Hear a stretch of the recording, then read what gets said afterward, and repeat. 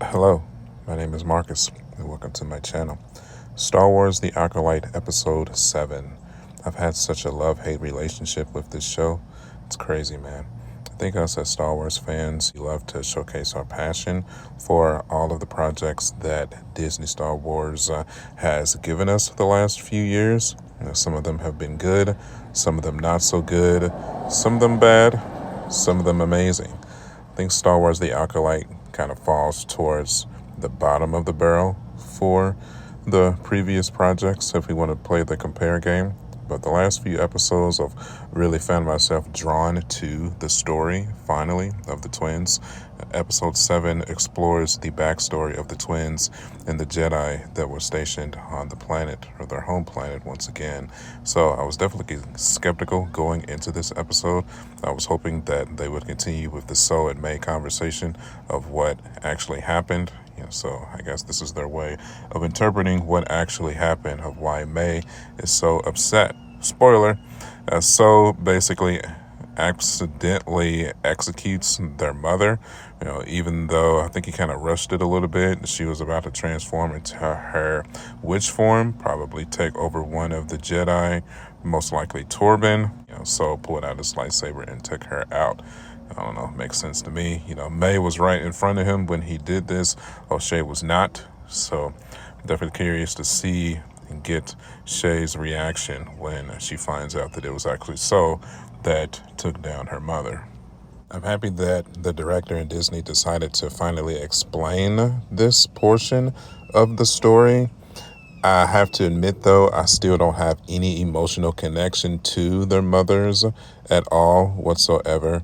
I'm still convoluted in the fact that they took the main storyline from Star Wars and Anakin Skywalker being born of the Force, and that what was making it so special, what made Anakin the chosen one, and that they kind of copied that, not exactly, but in a way to make it seem that the twins were just as special as the main character in the entire franchise. I mean, I don't know how y'all feel about that, but I guess for me, a little bit petty. I guess I don't like it. That's what made Anakin Skywalker so special.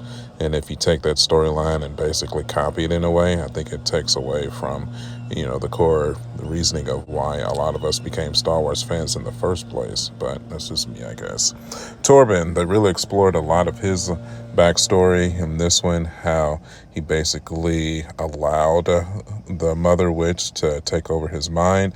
He was missing Coruscant. He was tired of being on this 7-week mission. He was ready to go home. Clearly a Padawan, clearly young, clearly was not ready to be on a core mission yet. Kind of interesting.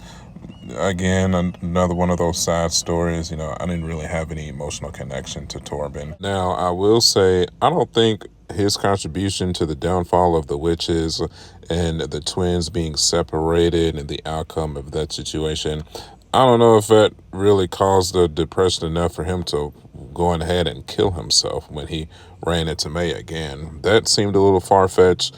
Again, I didn't write this story. It's just weird, dude. Just not good storytelling, not good writing at all whatsoever. It is what it is.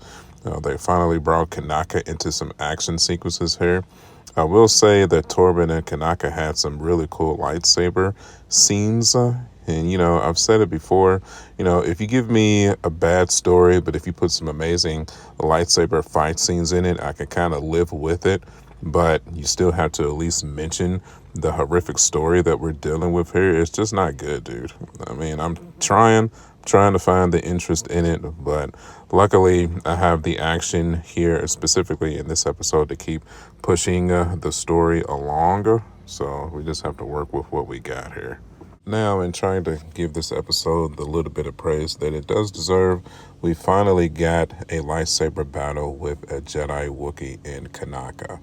His mind was taken over by the Wookiees during the battle with Torbin and Sol and the witches. Throughout the duration of that, the witches were able to commandeer Kanaka's mind, and Torbin and Sol had to take him on, and they essentially, especially Torbin got obliterated by Kanaka's strength and skills as a Jedi. supremely powerful in the Force, and he was throwing them around like rag dolls. So good. Definitely appreciated that. I know a lot of your Star Wars YouTubers are gonna just completely hate the episode with no ramifications at all whatsoever, but I'm trying to play both sides of the coin here. Story, not good. Action scenes, I'm definitely enjoying them. It's going to be some Star Wars fans that still try to hate on the action as well. Don't listen to them. I hate to say it, but just kind of ignore that for now. We had some really good fight choreography. We got the Kanaka fight that I wanted back in episode 4, I believe it was, when they were looking for him in the jungle and ended up running into Omar instead. So him being able to obliterate Torbin in a one-on-one battle, and then him taking on So, which of course So is way more skilled than Torbin. Torbin was the Padawan, So was technically the master in training.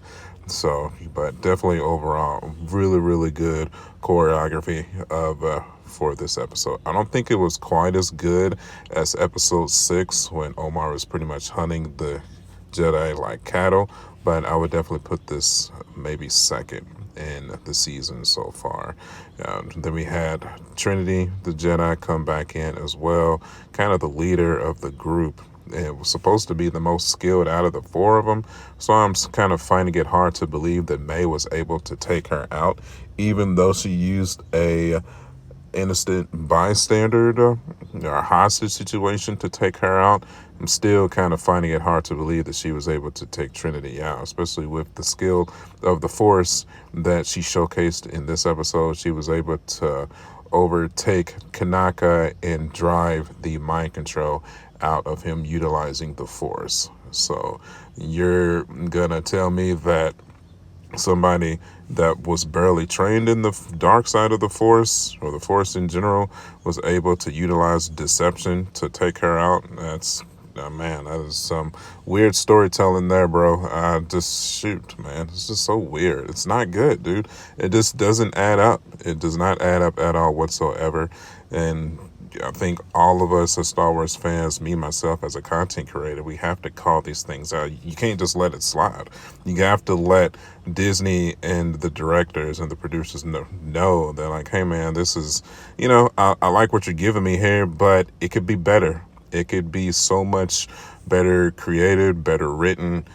Maybe go take that back to the drawing board and try to rethink some of these storylines here, because it just makes you not care about the characters. The action scenes are cool, but the lack of understanding in the storylines here is ridiculous, and it just makes you just kind of watch the episode just to maybe get just your Star Wars fix completed. I wish that Disney would hire a canon expert just to have somebody read the potential scripts to approve or disapprove what they're going to do with the story. I didn't absolutely hate this episode. I didn't love it either. I absolutely enjoyed the lightsaber fights, exactly how I did in episode 6.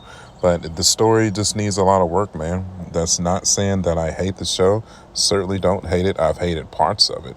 But I don't hate the show in total. And I don't love the show in total either. It's had some great lightsaber choreography, but it takes more than that to produce a great Star Wars product. I think we all understand that. So I think that's going to do it for me here. I've talked about this episode enough. So once again, how are y'all feeling about this show? Is it the best show from Disney Star Wars you've ever seen? Are you not liking it either? I'd love to hear if you have any points of debate that you're understanding the story completely 100%. You don't think it's confusing. Personally, I think it's very confusing. It needs work. It's just all it is to it, man. Just from my perspective, I'm just one dude. I am not the core Star Wars fan base. I am relatively new to this franchise. I've only been a fan for the last 10, 15 years, but we have 40-year veterans here that I'm sure can tell you from every planet to every plant, every seed, every saber, every Jedi, every Sith that has ever existed. So definitely interested to see a conversation get started here, man. So, alrighty. if you like the video, do me a favor, hit that like button. You can follow me at youtube.com/SmartJack79. I am also on Facebook, Instagram, and TikTok. As always, my friends, thank you for watching. We'll be back with this when we see the season finale next week. So hopefully they end it off on a bang. If not, if it sucks, then I'll be here to tell you about it. If it's great, we'll be here to tell you about it as well. I've covered every episode from this series, so I'm proud of myself for that. So, okay, I'll see you on the next one, man. Bye.